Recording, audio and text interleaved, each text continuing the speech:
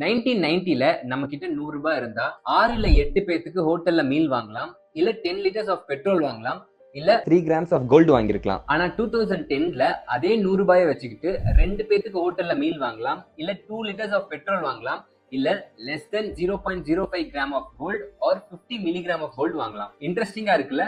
இப்ப 2024 பத்தி பார்க்கலாம். இன்னைக்கு உங்ககிட்ட 100 ரூபாய் இருந்தா மிஞ்சி போனா ஒருத்தருக்கு மீல் வாங்கலாம், பெட்ரோல் 1 லிட்டருக்கும் கம்மியா தான் வாங்க முடியும், அண்ட் கோல்டு பத்திலாம் நம்மளால நினைச்சு கூட பார்க்க முடியாது.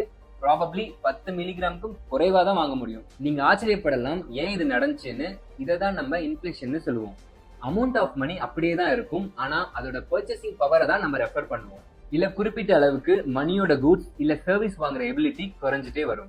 ஆனா இயர் பாஸ் ஆக எல்லா கமோடிட்டிஸோட பிரைஸும் இன்க்ரீஸ் ஆகுமா? எஸ், நோ, என்ன நினைக்கிறீங்க? எங்களுக்கு சொல்லுங்க. 10 இயர்ஸா எதோட பிரைஸ் அப்படியே இருக்குன்றத கீழே கமெண்ட் பண்ணுங்க.